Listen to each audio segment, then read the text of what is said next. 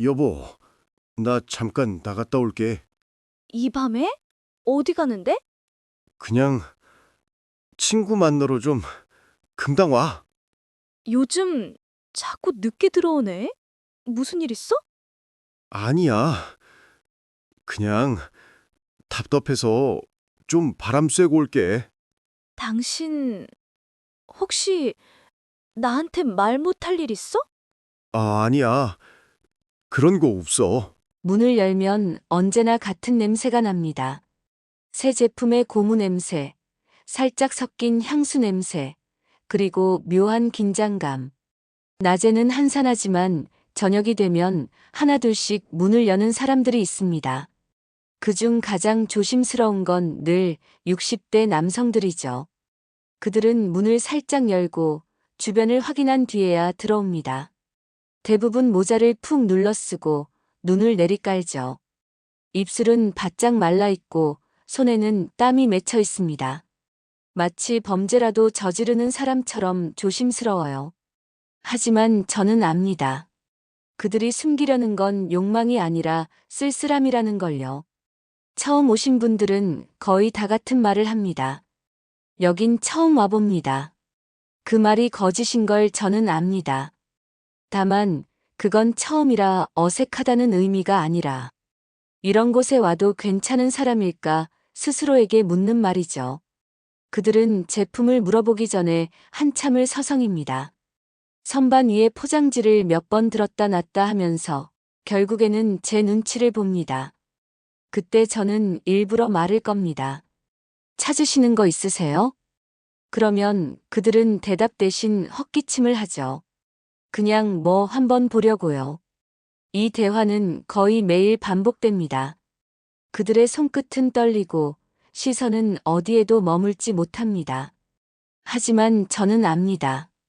그 떨림이 단순히 부끄러움 때문만은 아니라는 걸요. 그 안에는 오랜 시간 눌러왔던 남자로서의 그리움이 있습니다. 60대가 되면 세상은 그들을 더 이상 남자로 보지 않습니다. 가족도 사회도 심지어 본인 스스로도요. 그렇지만 몸은 여전히 살아 있습니다. 심장은 뛰고 밤이 되면 생각이 납니다. 젊을 때와는 다르지만 사라진 건 아니에요. 그 욕망은 여전히 그 사람 안에서 살아있음의 증거처럼 남아있죠. 어떤 분은 조용히 이렇게 말하셨습니다. 아내가 병원에 누워있거든요. 5년째예요. 그분은 손에 작은 박스를 쥐고 있었습니다. 이걸 사는 게 나쁜 걸까요? 그 순간 저는 아무 말도 할 수 없었습니다.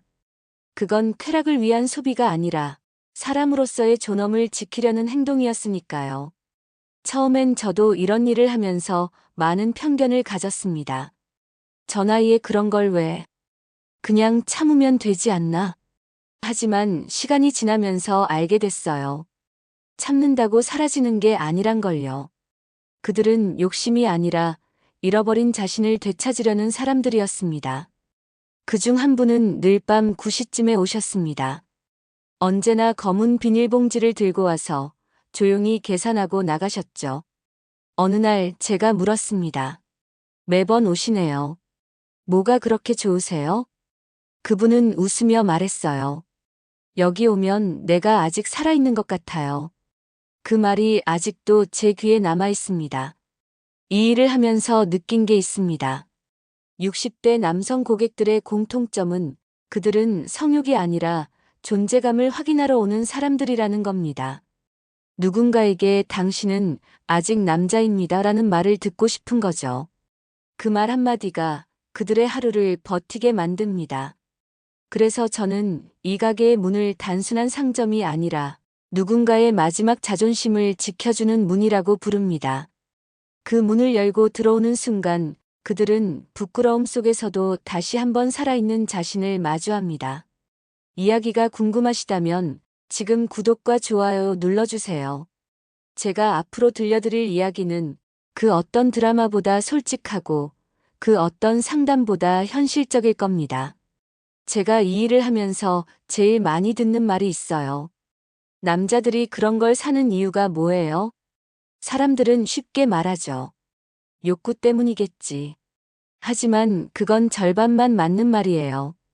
실제로 제 가게에 오는 60대 남성들은 쾌락보다는 확인을 원합니다. 처음엔 다들 쑥스러워하죠. 선반 앞에서 몇 번이나 망설이다가 혹시 초보자용으로 뭐가 괜찮아요? 이렇게 묻습니다. 그 말에는 두 가지 뜻이 들어 있어요. 하나는 진짜로 어떤 걸 써야 할지 몰라서 묻는 거고, 다른 하나는 이 나이에 이런 걸 써도 될까 하는 두려움이에요. 그들에게 제품은 단순한 도구가 아닙니다. 그건 자신감의 상징이에요. 젊을 때는 아무렇지 않던 자기 몸의 반응이 이제는 예측할 수 없고 불안해졌거든요. 그래서 그들은 확실함을 사러 옵니다. 어떤 건 약간의 자극을, 어떤 건 잊고 있던 감각을 되찾아 주죠. 그들은 말하지 않아도 압니다. 이게 나를 다시 남자로 느끼게 해줄 수 있을까? 가끔은 아내 몰래 사러 오는 분도 있어요. 이거 아내가 알면 안 되는데요. 그 말 뒤에는 웃음이 섞여 있지만 눈빛은 진지합니다. 그건 바람기가 아니라 관계를 지키고 싶은 마음이에요. 나이 들어도 부부 관계가 완전히 끊어지면 서로가 점점 낯설어지거든요. 그분들은 말합니다. 이걸로 다시 한번 분위기 만들어 보려고요. 그 목소리엔 진심이 담겨 있습니다. 또 한 부류는 오히려 아내를 위해 사는 분들이에요. 아내가 요즘 피곤하대요. 근데 예전처럼 해주고 싶어요. 이런 분들은 진짜 많아요. 그분들에게 성인용품은 욕심이 아니라 배려의 도구죠. 몸이 예전 같지 않아도 마음은 여전히 뜨거운 겁니다. 그 마음을 저는 무시할 수 없습니다. 물론 모든 고객이 그런 건 아니에요. 가끔은 단순한 호기심으로 오는 사람도 있죠. 그런데요, 흥미로운 건 그런 사람들도 결국엔 혼자보다는 함께할 상상을 합니다. 이걸 여자친구랑 써도 되나요? 아내가 싫어할까요? 결국 그들의 상상 속엔 늘 누군가와의 관계가 있습니다. 진짜 쾌락은 혼자서가 아니라 누군가와 감정을 나눌 때 생긴다는 걸 본능적으로 알고 있는 거예요. 저는 가끔 그걸 외로움의 기술이라고 부릅니다. 그들은 외로움을 잊기 위해 무언가를 사지만 결국은 그걸 통해 누군가와 다시 연결되길 원하죠. 그게 사랑이든 기억이든 아니면 단지 누군가와 나눈 한순간의 온기든. 제가 잊지 못하는 한 고객이 있어요. 70이 넘은 분이었는데 매번 같은 제품만 사갔어요. 어느 날 제가 장난스럽게 물었습니다. 선생님, 그거 이제 질리시지 않아요? 그분이 미소를 지으며 말했죠. 아직 그거 쓸 때마다 아내 생각이 나요. 그 말 한마디에 제 마음이 먹먹해졌습니다. 아내는 이미 세상을 떠난 지 3년이 됐다는데 그분은 여전히 그 기억을 손끝으로 느끼고 있었던 거예요. 그에게 그 제품은 쾌락이 아니라 추억의 손잡이였던 겁니다. 60대 남성 고객들의 공통점은 이 나이에 내가 이런 걸 써도 될까 하면서도 결국엔 용기를 낸다는 겁니다. 그건 단순한 구매가 아니라 인정받고 싶은 몸부림이에요. 자신이 여전히 살아있다는, 아직 끝나지 않았다는 증거를 확인하는 순간이죠. 저는 그런 분들을 볼 때마다 생각합니다. 세상은 이걸 성인용품이라 부르지만 저에겐 이건 자존감을 회복시키는 도구예요. 그들은 자신을 다시 사랑하려고, 그리고 누군가를 다시 사랑하기 위해 이곳을 찾습니다. 그게 제가 이 가게를 단순한 사업이 아니라 하나의 치유 공간으로 여기는 이유입니다. 이 일을 하면서 가장 오래 기억에 남는 건 제품 이름이 아닙니다.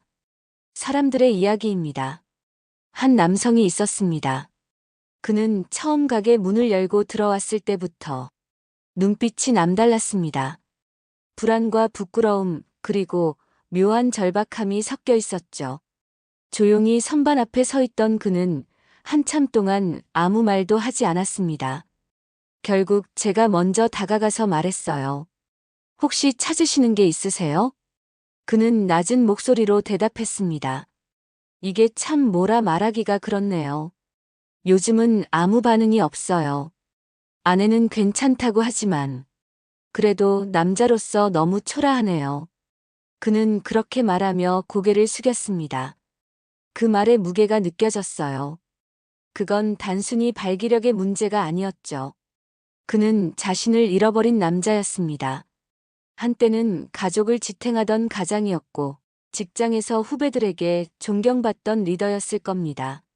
하지만 지금은 거울 속 자신을 볼 때마다 이젠 끝났구나라는 생각이 드는 거죠. 그날 그는 소리 없이 울었습니다. 이거라도 써보면 좀 나아질까요? 그 한마디가 아직도 잊히지 않아요. 그건 단순한 제품 구매가 아니라 스스로에게 나는 아직 괜찮다고 말하고 싶은 몸부림이었습니다. 다른 고객은 정반대였어요. 그는 지나치게 밝고 익숙한 태도로 들어왔습니다. 이거 얼마예요? 저번에 산 거보다 좀 강한 걸로요. 하지만 결제 후에 문을 나서기 직전 그는 조용히 제게 말했습니다. 집에 가면 혼자라서요. 누가 기다리는 사람도 없고. 그 밝은 웃음 뒤에 감춰진 외로움은 오히려 첫 방문자보다 더 깊었습니다. 사람은 너무 외로우면 오히려 더 웃습니다. 그리고 또 한 사람. 그는 언제나 아내와 함께 오셨습니다. 둘 다 환갑을 넘긴 부부였죠. 두 분은 손을 꼭 잡고 들어와서 웃으며 물건을 고르셨어요. 이건 우리한테는 너무 젊은 사람용 같지 않아요? 아니요, 선생님. 이건 부드럽고 안전한 재질이에요. 그 부부는 늘 서로를 바라보며 웃었습니다. 결제할 때 아내가 제게 이런 말을 하더군요. 우린 아직도 부부예요. 같이 웃고 싶고 같이 느끼고 싶어요. 그 말에 저는 괜히 목이 메었습니다. 그들의 모습은 욕망이 아니라 사랑을 유지하려는 노력이었습니다. 많은 사람들이 성인샵을 은밀한 곳이라 생각합니다. 하지만 제 눈에는 이곳이 인간의 진심이 가장 솔직하게 드러나는 곳이에요. 여기엔 체면도 허세도 없습니다. 오직 진짜 마음뿐이죠. 어떤 남성은 딸이 알면 절대 안 될 일이다 하며 조심스럽게 봉투를 챙겨가고 또 어떤 남성은 이걸로 아내 생일날 깜짝 이벤트 해보려고요라며 웃으며 나갑니다. 그들의 목적은 제각각이지만 그 바탕에는 모두 같은 감정이 흐릅니다. 나는 아직 사랑받고 싶다. 그걸 부끄럽게 여길 이유가 있을까요? 사람은 나이를 먹어도 여전히 사랑을 원합니다. 몸이 늙어도 마음은 늙지 않아요. 단지 표현이 서툴러질 뿐이죠. 그 서툰 표현을 대신해주는 게 바로 제 가게의 역할이라고 생각합니다. 그래서 저는 매번 문이 열릴 때마다 그 사람의 나이가 몇 살이든 그가 부끄러워하든 말든 먼저 따뜻하게 웃어줍니다.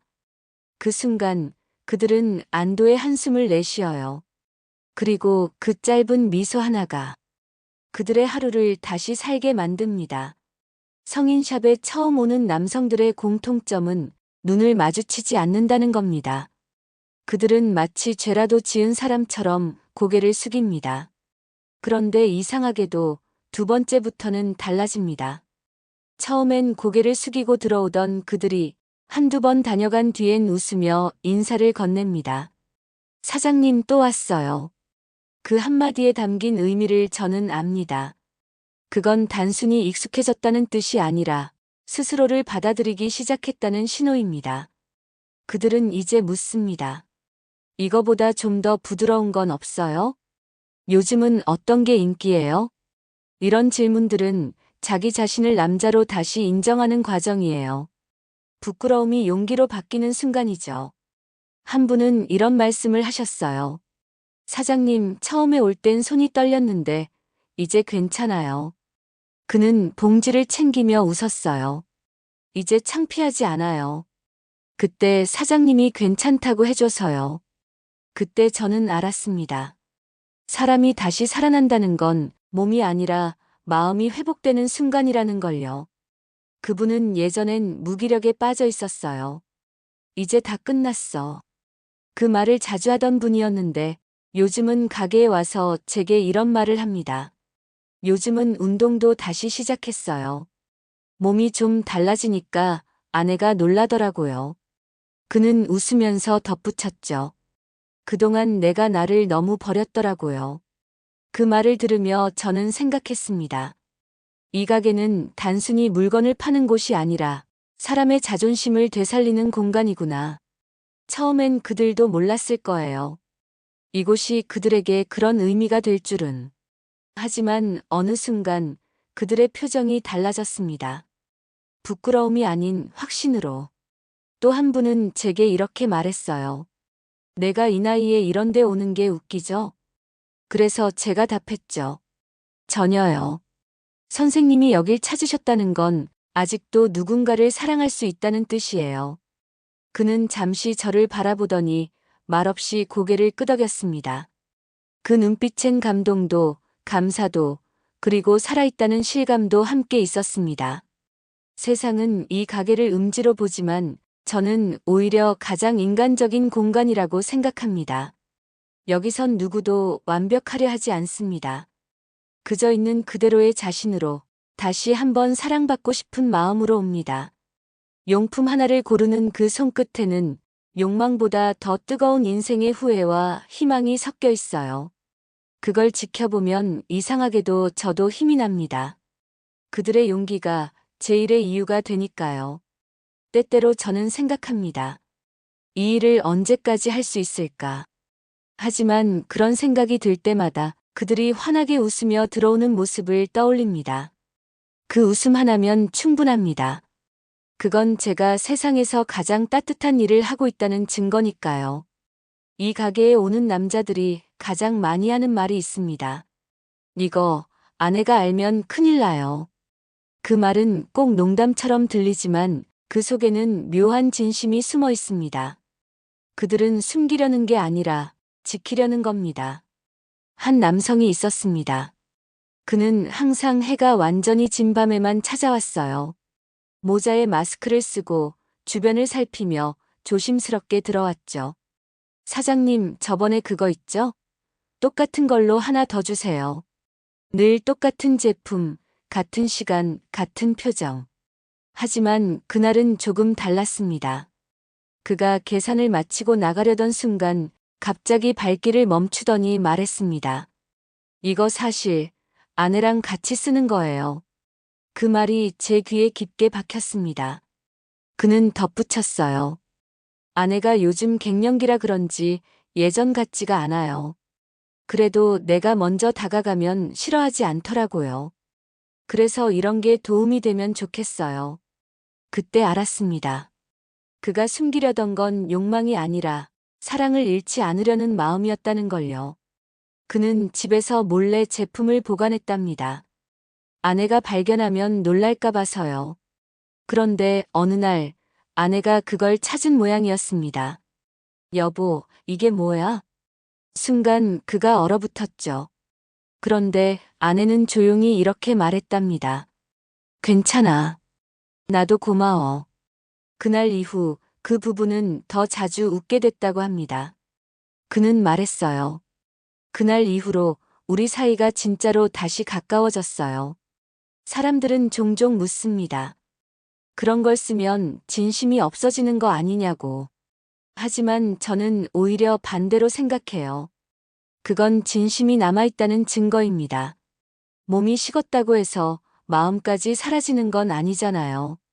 그들은 그 마음을 지키기 위해 노력하는 거예요. 또 다른 고객은 이렇게 말했습니다. 요즘은 아내랑 대화도 거의 없어요.